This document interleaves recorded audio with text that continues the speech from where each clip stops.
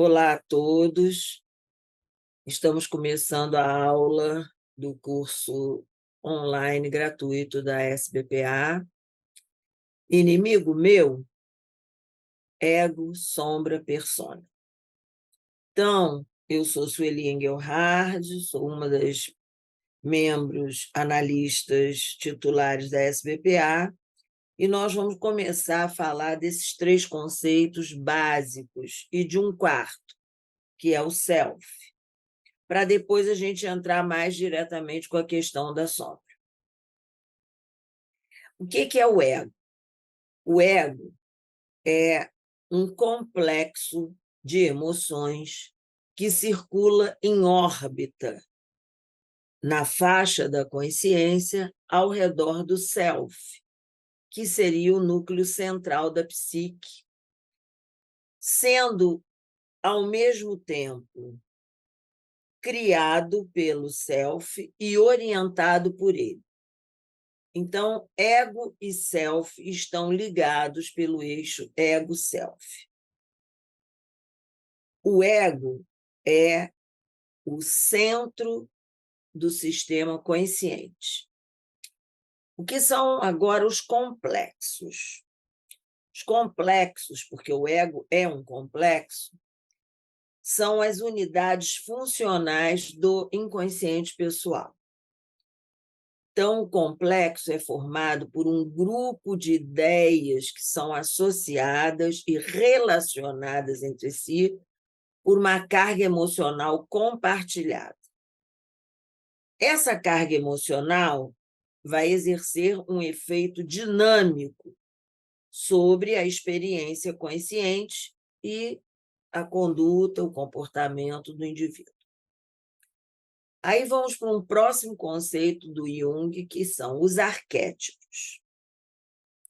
Esses são as unidades funcionais do inconsciente coletivo, aquele inconsciente que é comum a toda a humanidade.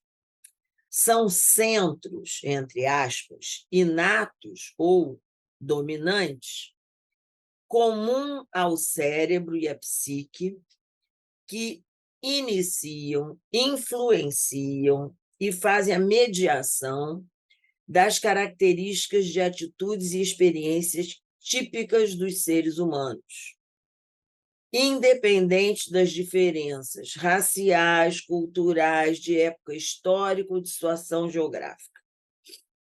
Os arquétipos foram primeiramente denominados por Jung de imagens primordiais, já que em si os arquétipos nunca são acessíveis à consciência. Eles só chegam à nossa consciência através das imagens arquetípicas. Voltando aos complexos, nós vamos entender que eles são, entre aspas, personificações dos arquétipos. São os meios pelos quais os arquétipos se manifestam na psique pessoal. Complexos e arquétipos são sistemas dinâmicos que estão em contínuo processo de interação e de mudança e sempre influenciados pela ação ordenadora do self, do si mesmo. O conceito de self é um conceito limite que exprime uma realidade sem limites. Isso é uma fala do Jung, que Tardan Mauskelier coloca num livro dele. Para Jung, a consciência seria uma criação do próprio cosmos, que, desejando se tornar consciente de si mesmo, cria a consciência para atingir esta finalidade, que é conhecer a si mesmo. O ego é o ponto central e focal da consciência. O ego vai trazer, na sua dinâmica complexa, a noção do existir e a constante e contínua formação da identidade. organiza conscientemente os nossos pensamentos, as nossas intuições, os nossos sentimentos, as nossas sensações, acessando aquelas lembranças não reprimidas e que estariam prontamente disponíveis. Como portador da personalidade, ele faz uma intermediação entre o campo subjetivo e a experiência objetiva. O complexo do ego surge a partir do self, isto é, como o cosmos quer se tornar consciente de si próprio, ele faz uma intermediação entre o si mesmo e o mundo, e vice-versa. Então, a via é sempre de mão dupla. Embora o ego tenha um importante papel na nossa história, né? Porque ele não só promove a sobrevivência, mas também dá dignidade à vida, ele estará sempre subordinado em relação ao self, que esta é a expressão mais complexa que o self tem de si mesmo, é o ego. O inconsciente age sobre o ego como uma ocorrência objetiva. E nessa ocorrência objetiva, nós chamamos essa ação de sonhos, de fantasias, de sentimentos que nos assaltam, de ideias que nos surgem, de lapsos verbais e de sintomas, diante dos quais nossa vontade pode fazer muito pouco. A psique total subtende a consciência com o seu centro, que é o ego, e o inconsciente. A esta personalidade total, Jung dá o nome de self, ou si mesmo. E diz que ele não é apenas o centro do início de tudo, mas ele também, abrangendo consciente e inconsciente, ele também é a finalidade. Ele é um centro desta totalidade, e essa totalidade, enquanto está sendo gerida por este self, que orienta o todo, ela é muito maior do que apenas o ego, que é apenas o centro do nosso mundo consciente. Mas, para falar de ego, a gente vai ter que falar de outras duas vertentes que se estruturam concomitantemente ao complexo do ego: a persona e a sombra.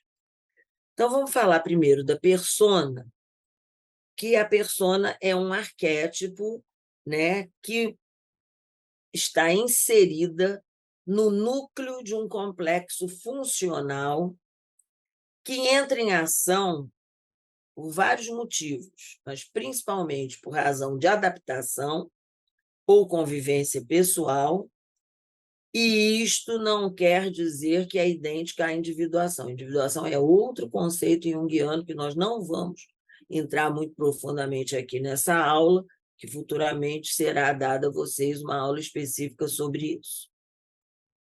A princípio, a persona se origina da necessidade do indivíduo se adaptar às expectativas, primeiro dos seus pais e da sua família, depois da primeira grande família social que o indivíduo passa a fazer parte, que é a escola. E, finalmente, também para a sociedade. Agora, isso ocorre, essa formação, não só desde o nascimento do indivíduo, acontece até mesmo antes dele nascer, com todas as expectativas e demandas e desejos que são colocados sobre aquela pessoa que está para vir a ser. A persona que cumpre bem a sua função é aquela que permite flexibilidade para que o indivíduo se adapte às diferentes situações sociais de forma tranquila, às vezes até com um pouco de trabalho, com um pouco de esforço, mas, ao mesmo tempo, ela admite um bom reflexo das qualidades que estão por trás do ego. Uma boa persona não é, por exemplo, o homem de lata da história do Mágico de Oz, porque um homem de lata flexível não seria todo endurecido, ele teria flexibilização nas mãos, nos braços, nas pernas. Bom, o que acontece? Quando é que surgem problemas maiores?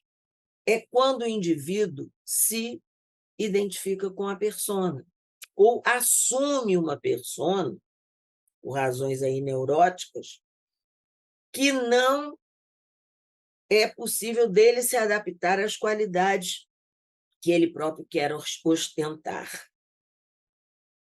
É muito fácil de nós observarmos isso pensando em pessoas à nossa volta, que muitas vezes se candidatam a atividades grandiosas e para as quais não têm a mínima capacidade de interação, porque não estão preparados emocionalmente para aquele fenômeno. Na persona vão estar inseridos os traços desejáveis para uma adaptação ao meio, enquanto que aqueles traços indesejáveis, inaceitáveis, ou até mesmo repreensíveis, vão ser reprimidos e ocultados, formando, então, uma subpersonalidade que Jung chamou de sombra. A sombra, ficando no inconsciente pessoal, ela continua dinamicamente ativa. E de tempos em tempos, quando se choca com a parte consciente, ela é apreendida como possibilidade. Então, quando isso acontece, é muito comum de você ver pessoas que chegam e dizem: ai, eu me sinto tão culpada de tal fato que eu fiz, ou que eu pensei, ou que eu desejei. É um momento que a sombra bateu ao nível da consciência. Em outros momentos, aparecem sentimentos de desprezo e o receio de se ser rejeitado, caso ela seja descoberta ou exposta. Como preservação de nosso ego, né, para que a gente se adapte dentro daquele padrão esperado, de uma sociedade, de um tempo histórico, etc., negamos e projetamos nossa sombra inconscientemente. Assim, aparece a questão do bode expiatório, né? Os nossos inimigos são sentenciados como demônios e não são mais percebidos apenas como homens e mulheres iguais a nós. E é mais fácil nós responsabilizarmos os outros pelo que nos ocorre do que nos convencermos de que nossa responsabilidade também está presente nas nossas vivências, escolhas e comportamentos. Jung diz: alguém não fica iluminado com o simples fato de imaginar figuras de luz, mas tornando-se consciente da escuridão que habita, né? Só que isso é um procedimento muito desagradável e, via de regra, muito pouco popular. A sombra possui no seu núcleo arquetípico, já que ela é uma estrutura complexa, a imagem arquetípica coletiva do inimigo, do estranho, do traiçoeiro. E isso também faz parte do nosso equipamento de adaptação. A sombra, no início, é aquilo que nos protege do predador para que possamos sobreviver. E depois ela nos dá uma certa hipocrisia de ter aquilo que é proibido se ter, sem, no entanto, ostentar publicamente. Por exemplo, os casos dos amantes são comportamentos sombrios, mas ninguém comenta que o papai tem amante. Todos na família sabem, mas aquilo é uma coisa sombria, ninguém comenta e papai continua sendo a coisa mais maravilhosa do mundo. Ou a mamãe também, porque a mamãe também pode ter um amante, mas a mamãe continua sendo a santa do lar. Isto é, nós temos em nós essa potencialidade que só vamos reconhecer e vê-la projetada no outro. Mas, na verdade, essa potencialidade vive em nós, dando base, então, para a afirmação que sustenta que nosso pior inimigo somos nós mesmos. Somente quando nisso há muita energia já colocada e despendida, surgindo complexos de culpa e ansiedade, sentimentos de angústias neuróticas, é que aí se faz necessária a intervenção terapêutica. Numa medida natural, a sombra é um recurso saudável para a formação da identidade. Tal como Peter Pan, ninguém pode viver sem a sua sombra.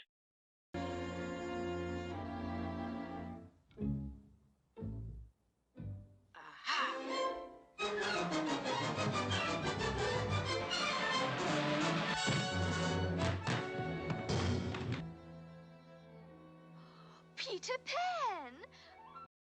Se for dado ao indivíduo um ambiente suficientemente seguro para ele entrar em contato com esse conteúdo, entre aspas, perigoso, de seus aspectos sombrios, as energias psíquicas reprimidas serão, então, libertadas. E, com isso, o indivíduo começa a ter uma melhor adaptação, não só a si mesmo, como ao mundo. A assimilação da sombra é fundamental e é o primeiro passo a ser dado para nos tornarmos conscientes do processo que Jung denominou de individuação, do ser inteiro nele mesmo. A sombra, parte inconsciente da personalidade, ela é constituída de afetos, vivências e experiências pessoais reprimidas em benefício à formação de um ego ideal. Contém qualidades e atributos desconhecidos e, de certa forma, até muitas vezes pouco conhecidos pelo ego. Como reconhecer a sombra? Ela é reconhecida através do mecanismo de projeção, isto é, a visão, entre aspas, que temos do outro. Se você se enche de raiva quando alguém lhe aponta uma falta, por exemplo, e você é egoísta, nossa, você é negligente, você é fofoqueiro, hein?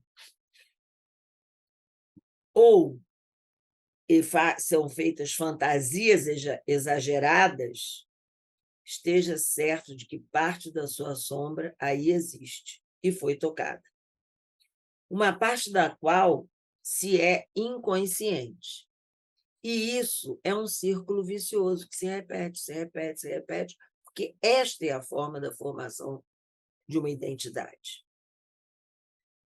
É através da expressão afetiva, da reatividade negativa, mau humor, raiva, ou então fascínio, deslumbramento, que nós nos vemos diante de um aspecto sombrio que nós desconhecemos em nós. Nos nossos sonhos, passamos a conhecer aspectos da nossa personalidade que, por várias razões, nós preferimos não olhar muito de próximo.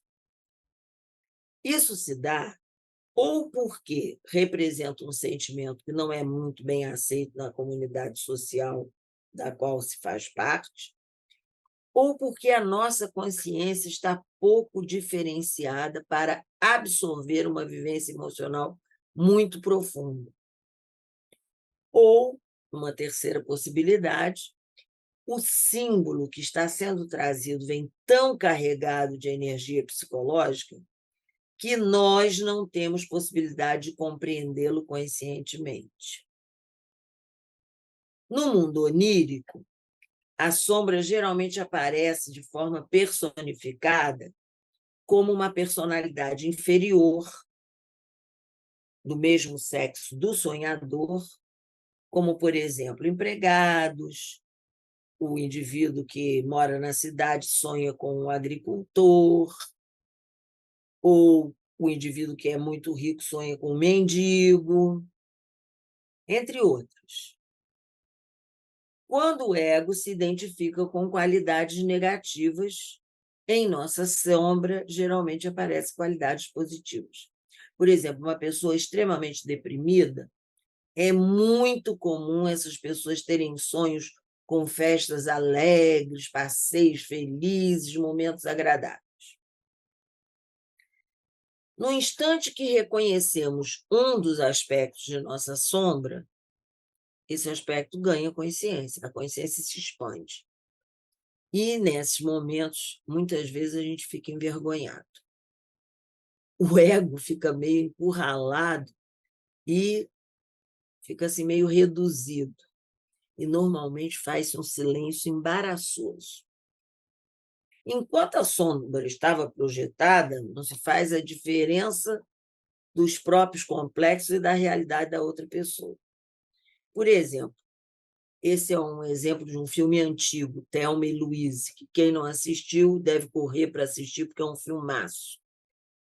Isso ocorre quando o marido de uma delas, vendo a televisão, escuta o que a mulher dele fala do motivo por que ela o deixou. Ele fica com uma expressão tão perplexa, mostrando o quanto ele era absolutamente inconsciente dele próprio. Geralmente, o tipo de personalidade que mais achamos desprezível, insuportável e odioso descreve nossas próprias características reprimidas. Não toleramos nos outros apenas aquilo que não podemos aceitar em nós mesmos. Usamos o outro de bode expiatório. E esse é um tema arquetípico. Para culpar e atacar o outro, você se livra de culpar e atacar estes sentimentos dentro de você. E aí você obtém com isso várias justificativas e absolvições. Não, gente, olha só, eu não sou assim. Eu fiz isso porque o outro falou isso, falou aquilo outro. É a experiência arquetípica do inimigo, da culpa, que sempre depositamos no outro. Porque temos a doce ilusão de compreender a nós mesmos e ter nossos problemas todos resolvidos. Sou bom e correto. Ele e ela é que não servem para nada. Tem todos os defeitos do mundo. Agora, uma pergunta se faz: por que a sombra existe? Por que ela se cria? Como já foi dito, ela é consequência da própria natureza do complexo do ego. Para o ego se desenvolver, né, ocorre como resultado do encontro entre o self, ele nasce disso, do encontro entre o self, que é o potencial energético da psique, e a realidade externa, isto é, potencial interior com o qual nós viemos trazidos à vida, esse potencial que dá uma característica de coletividade, mas de individualidade a cada um de nós, e a realidade exterior. Como base de autoaceitação, numa primeira etapa, a sombra está projetada nos valores do coletivo exterior. Então, nós temos que buscar o quê? Aquilo que nos qualifica.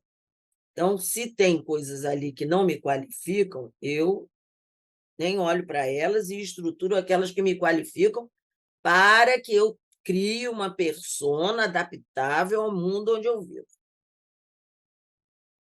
Isso é tão normal que a gente vê que os elementos da individualidade são muito discrepantes dos valores socialmente aceitos pela persona. E aí, estes aspectos que, entre aspas, nos individualizariam, como eu preciso de uma adaptação a um mundo social que me aceite, onde eu caibo, onde eu tenho uma participação, onde eu sou desejado, precisam ser reprimidos. Então, começa a se formar aí a questão sombria. Esses elementos e essas emoções reprimidas, elas não desaparecem pelo fato de terem sido reprimidos. Pelo contrário, elas funcionam como um alter ego que é despercebido. Isto é, elas funcionam como sombra. Então, um exemplo disso muito grande, fácil da gente discriminar, é a história do Pinóquio com o grilo falante, né? O grilo falante, o tempo todo, falava para o Pinóquio dos perigos que ele vivia e que ele se expunha,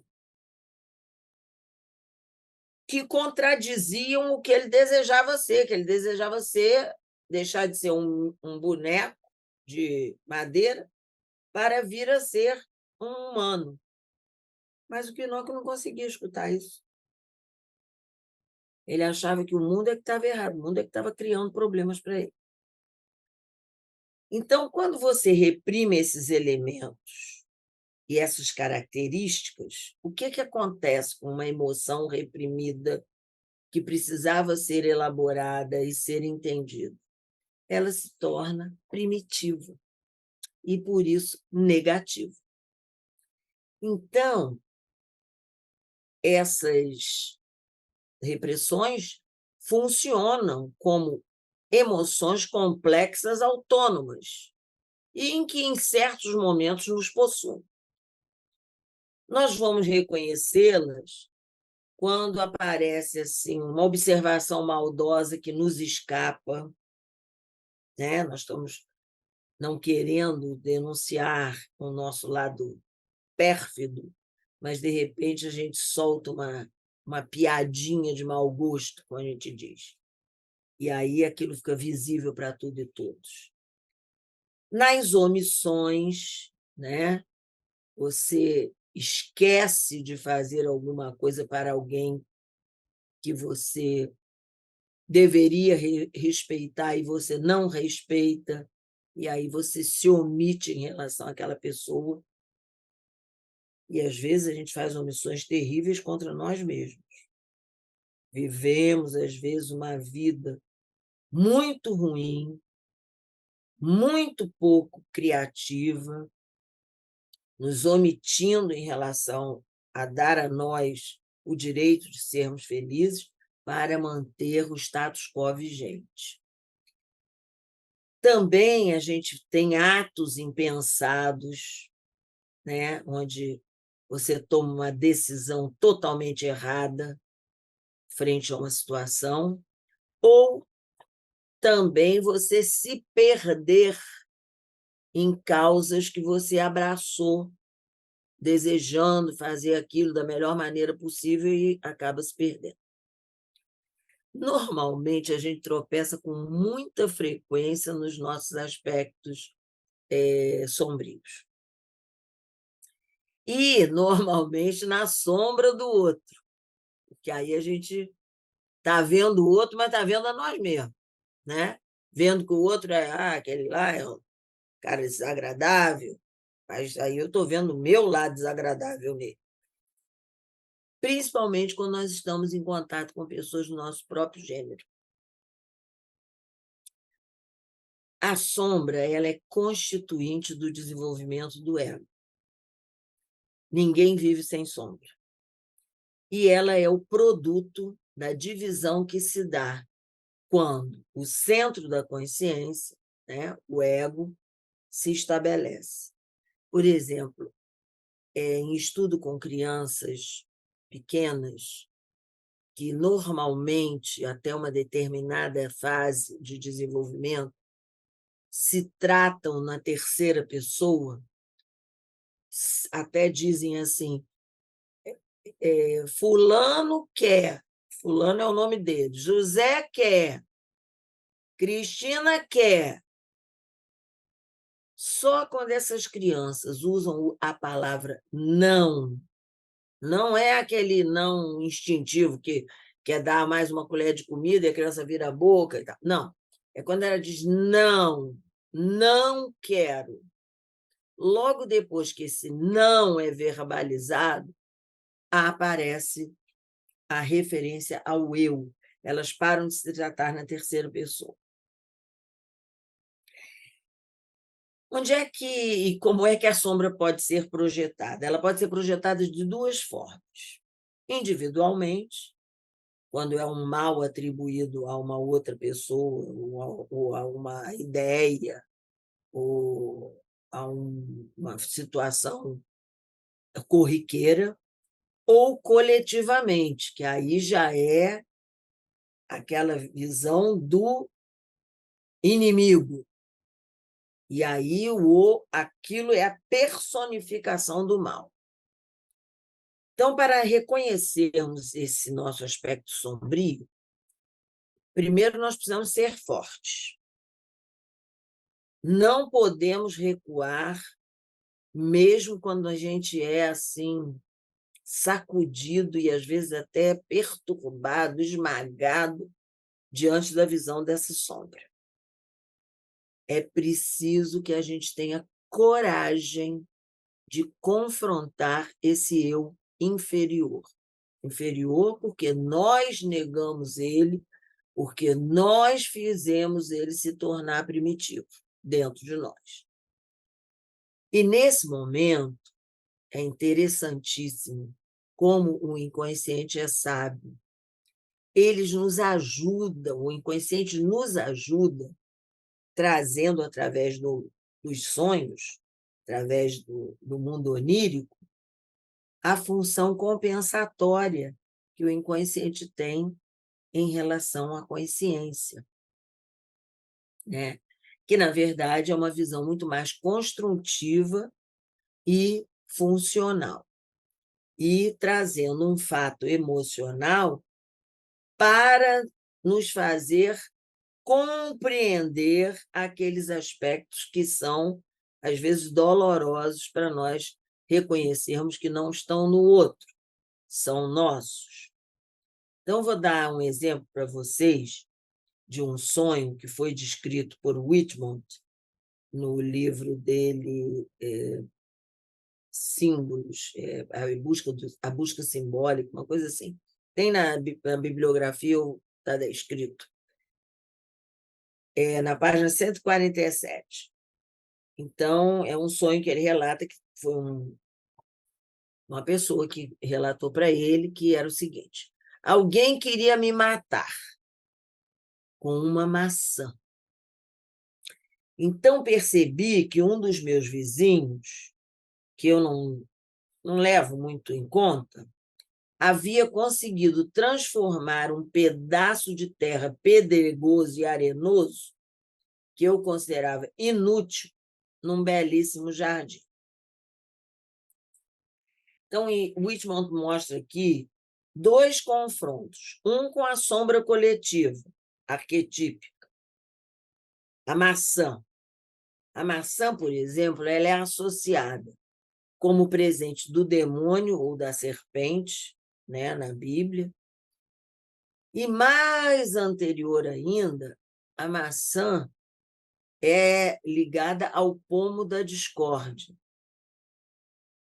que era uma maçã de ouro na qual estava inscrito para a mais bela. E esta maçã é muito interessante. Ela foi anonimamente ofertada por Eris, a deusa da discórdia, para os Jogos Olímpicos, aos quais, obviamente, ela não fora convidada, porque imagina se você vai convidar Eris, a deusa da discórdia, para uma comemoração. Então, como ela não foi convidada, ela pegou, mandou aquele sutil presentinho para os Jogos Olímpicos. E aí, esse pomo, né, criou uma questão grave entre as deusas, Hera, Atena e Afrodite, frente a Paris, que era o filho mais novo do rei de Troia. E esse pomozinho bonitinho, né, dourado, lindo, escrito para a mais bela, resultou nessa questão aí toda só na Guerra de Troia, que durou 11 anos. E temos também nesse, né, sonho o confronto com a sombra pessoal, na pessoa do vizinho, que era desconsiderado e menosprezado pelo sonhador, e que faz de um pedaço de terra que o sonhador acreditava ser inútil, ele faz brotar um belíssimo jardim. Então, quando nós reconhecemos a sombra, nós vamos ter a porta de entrada para a individualidade. E, com isso, nós renovamos o nosso próprio ser. E vamos impulsionando, né? E sendo impulsionado por novos valores que antes estavam totalmente desconhecidos por nós e pela nossa consciência. Porque, embora fossem necessários e importantes para o nosso desenvolvimento, eles se encontravam de uma forma difícil de serem integrados à nossa vida. Então, nós vamos ver que é no lado sombrio de nossa psique que está o ouro do desenvolvimento psíquico. Só crescemos e só progredimos na análise quando nós confrontamos esse lado. Não adianta só termos conhecimentos das nossas dificuldades, dos nossos percalços. Nós temos que sofrer o choque de nos vermos como realmente somos. Isto é, quando, entre aspas, o retrato brilhante que fizemos ou temos de nós, atendendo aos padrões coletivamente aceitos, se desfaz. Isso vai exigir do eu, do ego, um sacrifício heróico, né? Porque o ego aí ele vai ser capaz de renunciar ao seu orgulho, à sua vaidade e ao seu preconceito para viver plenamente o que ele considerava negativo, sombrio e o que, muitas vezes, na realidade, pode não ser nada disso, nem negativo, nem sombrio. Entretanto, para proteger seu próprio controle e soberania, o ego não se entrega assim com facilidade, ele instintivamente se opõe, ele resiste a esse confronto com a sombra. Mas como ele não consegue deter essa energia apenas com atos de vontade, O que resulta disso é a inflação do ego, né, de uma forma negacionista de si mesmo, ficando assim alienado da sua realidade e comumente se vendo numa situação de vitimação. Essa situação vai ser sempre projetada através de atitudes em relação ao outro e ao meio ambiente, né? Isso muitas vezes ocorre com tanta determinação que literalmente essa vitimação passa a acontecer. Por exemplo, de tanto o indivíduo se achar incapaz e inferior em alguma situação, ele acaba ocorrendo com ele situações e fatos quase que ratificando aquela situação de desvalor que o indivíduo próprio se dá devido a essa atitude defensiva exagerada. Eu vou dar um exemplo de um grande amigo meu já falecido, que ele tinha tanto medo da vida, tanto medo dos perigos, que acabava tudo de muito difícil acontecendo com ele, situações desagradáveis, devido a esse negativismo exagerado que ele tinha frente à vida. Era uma pessoa absolutamente querida por nós, mas tudo, por exemplo, ele uma vez viajando, fazia o percurso de ônibus com uma outra colega, e ele reclamava, dizia: esses ônibus são muito ruins, volta e meia esses ônibus atrasam, volta e meia. Essa minha amiga já morava nesse local onde ele foi morar há muito mais tempo que ele. Nunca nenhum ônibus tinha furado pneu com ela, nunca nenhum ônibus tinha enguiçado.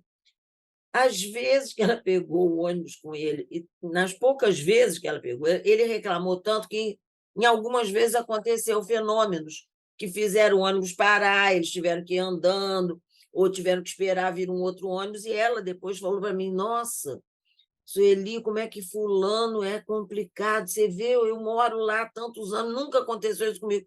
Depois que eu ando pegando o ônibus junto com ele reclama tanto, que acabou acontecendo.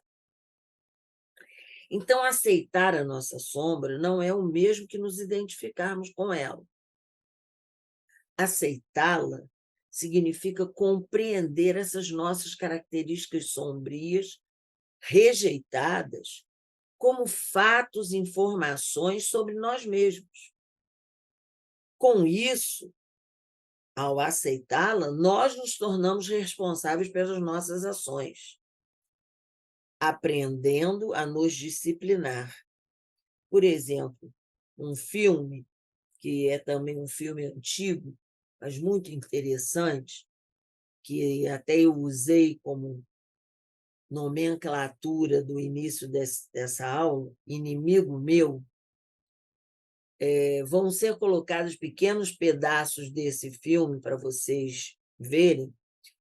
Acontece num futuro onde o ser humano já não está mais na Terra e tem alguns planetas que são usados assim como, eu poderia dizer, um lugar assim que eu acho como igual antigamente, como os descobridores. Descobrimos o Brasil, e leva essa gente desses que não servem nada, que são ladrões, dizem, bota para lá, bota para lá. Então, existiria no espaço esses lugares. E acontece que num desses planetas houve lá uma potencialidade de inimizade, de guerra entre seres humanos e outros seres muito diferentes dos seres humanos, e que sobraram nesse planeta só duas pessoas, um humano e um outro indivíduo dessa outra galáxia. E que, de início, os dois queriam fugir um do outro, queriam se distanciar, não sei o quê, mas tinha uma verdade: ou eles se uniam para sobreviver, ou os dois morreriam. Está certo, cara de sapo. Vai atirar em mim? Vamos logo. Atire. Vamos, atire, atire. Vamos logo, atire, atire. Porque se vivemos ou morremos, eu não gosto de você e você não gosta de mim. Mas estamos presos aqui, entendeu? Entendeu ou você não entende a minha língua, cara de sapo? E aí vale a pena vocês verem o filme, porque é maravilhoso. Porque ali, nesse filme, mostra a capacidade da gente entrar em contato com o nosso lado negado e projetado e descobrir todo o potencial criativo que a gente pode trazer à consciência quando a gente absorve esses aspectos que nós considerávamos inimigos nossos. Para saber o que é disciplinar-se, tem que se saber que isso não é igual a reprimir, porque reprimir seria apenas nós voltarmos para o outro lado. Aí isso se chama enansiodromia. Disciplinar-se é ser capaz de agir contrariamente às nossas emoções, senti-las, mas não as atuar. É se ter o livre-arbítrio. Quando não podemos ou não devemos nos impedir de sofrer, podemos, pelo menos, tentar fazê-lo de uma forma gentil e nos prepararmos para suportar as consequências. Numa metáfora importante, nós podemos dizer que você não pode mudar a velocidade do vento, mas você pode mudar a direção das velas. No mito do Santo Graal e do rei Arthur e os cavaleiros da Távola Redonda, nós temos a figura de um personagem chamado Red Knight, que seria o aspecto sombrio, potencialmente negativo, da masculinidade que precisa ser inúmeras vezes confrontada e não reprimida. Então, o ego precisa se tornar suficientemente forte para, mesmo sentindo, não se deixar levar, por exemplo, pela raiva, pela ira, e sim usar essa energia e os propósitos de modo consciente, vencendo os obstáculos que encontra na vida para atingir o quê? Os seus desígnios e as suas metas. Agora, isso só é possível quando o ego é treinado e lapidado em suas arestas desnecessárias, às quais ele eventualmente ainda recorre. Porque a consciência ela tende a repetir ações que já deram certo em algum momento da vida. Mas só que aquelas ações que deram certo naquele momento, em outro momento, elas são absolutamente desnecessárias e até são prejudiciais e devem ser descartadas. Para quê? Para que novas possibilidades se façam presentes. Conservando a distinção das leis do mundo interior, as leis da psique, e não as aplicando à vida externa, o ego consegue conhecer o seu lado oculto e se tornar, então, responsável por seu estar no mundo relacional, vivendo a emoção e o sentir sem ser dominado por humores e opiniões inconscientes. No problema da sombra, há implicações sempre sociais e políticas. Por exemplo, todo grupo dissidente ou toda minoria carrega a projeção da sombra da maioria. Por exemplo, negros, orientais, mulheres, pessoas com deficiência, celebridades, povos originais, os norte-americanos, a realeza, todos eles são depositários de nossas sombras sociais e políticas. Representando a sombra coletiva, nós temos aqueles fatores arquetípicos, né, do inimigo e o confronto com o inimigo, sendo que é essa projeção que leva os povos à guerra. As épocas mais perigosas para a nossa consciência, tanto a coletiva quanto a individual, é quando nós temos a ousadia de supor que a sombra está eliminada.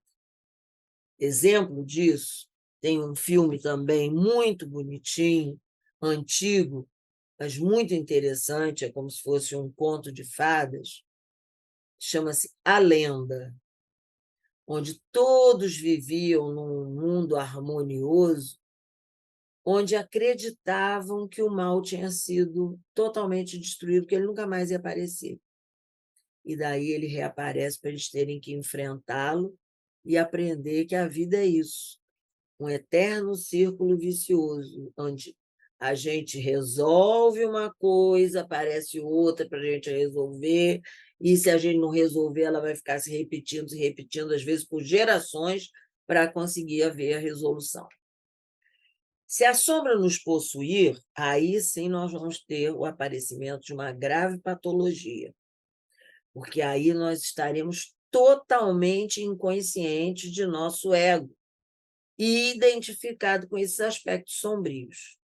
Por exemplo, um exemplo que a gente vê nisso acontecer são nas relações simbióticas que podem ocorrer entre duas pessoas. Essas relações se fusionam de uma maneira, como estão as minhas mãos, que você não sabe que dedo é de onde, qual é para cá, qual é para lá, porque estão agarradas uma nas outras como se uma coisa só fosse. Finalizando, eu vou ler 2 escritos do Jung, que são trazidos no livro do Whitman, mas que estão contidos nas obras completas de Jung, sobre os significados mais profundos da sombra. A primeira que eu vou ler é das obras completas, as obras completas número 10, Civilização em Transição, e o parágrafo é o 579. E o segundo parágrafo que eu vou ler é das obras completas 11, Psicologia e Religião, e o parágrafo é o 520. Então, vamos ao primeiro da Civilização em Transição.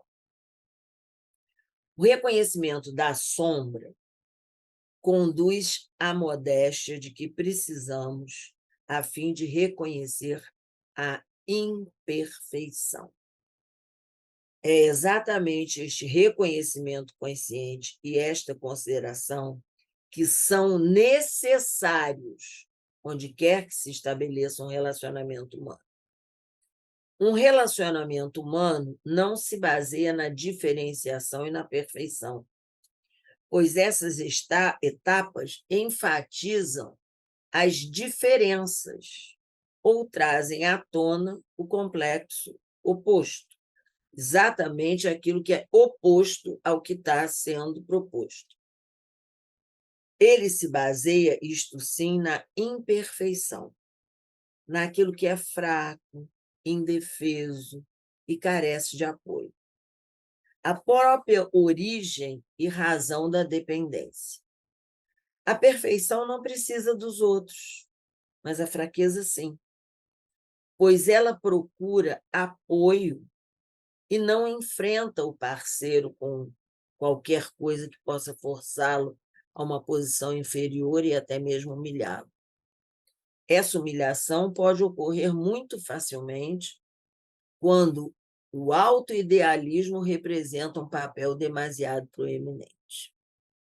E a outra citação do Jung, essa então da Psicologia e Religião, obras completas 11, diz assim: talvez isso pareça ser muito simples, mas as coisas simples sempre são as mais difíceis. Na vida real, se exige a grande arte de se ser simples.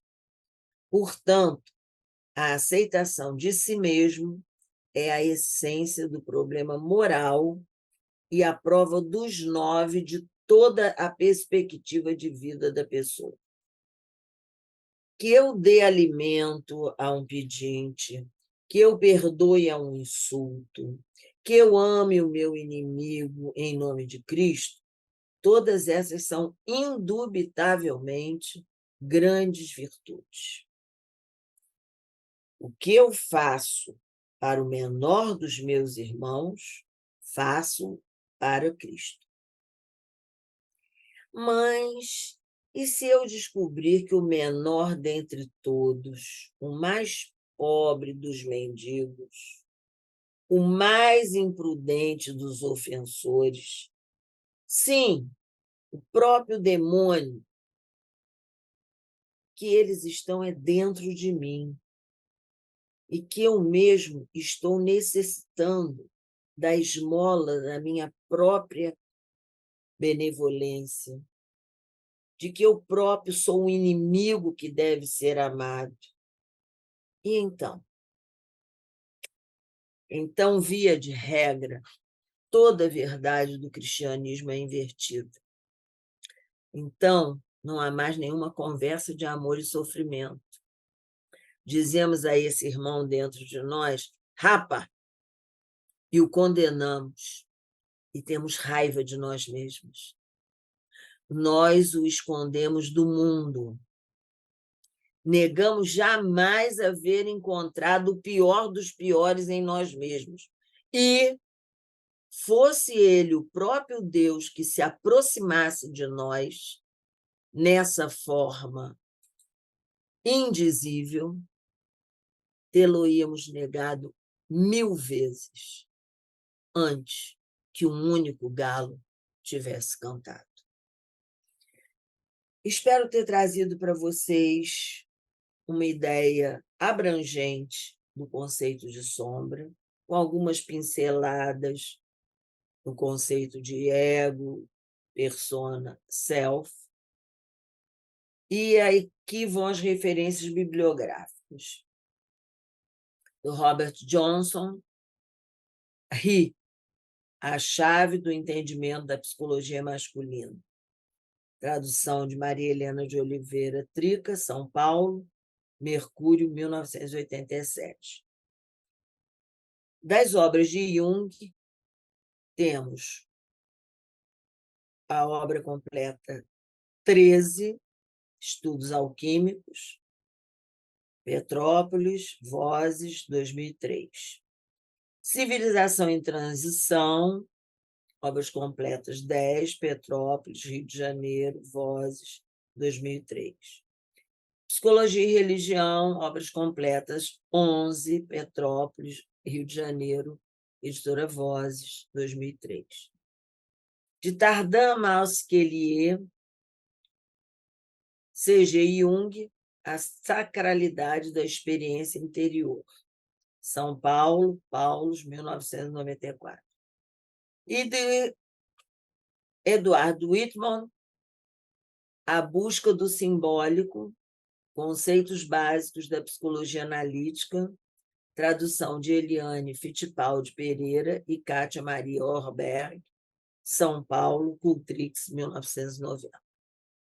Estou à disposição para quem quiser entrar em contato, tiver alguma dúvida que queira conversar, deixo o meu e-mail, Sueli, com Y, Engelhard, escreve ENGELHARD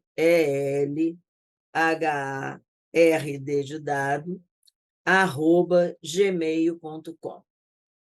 Um abraço e até uma próxima.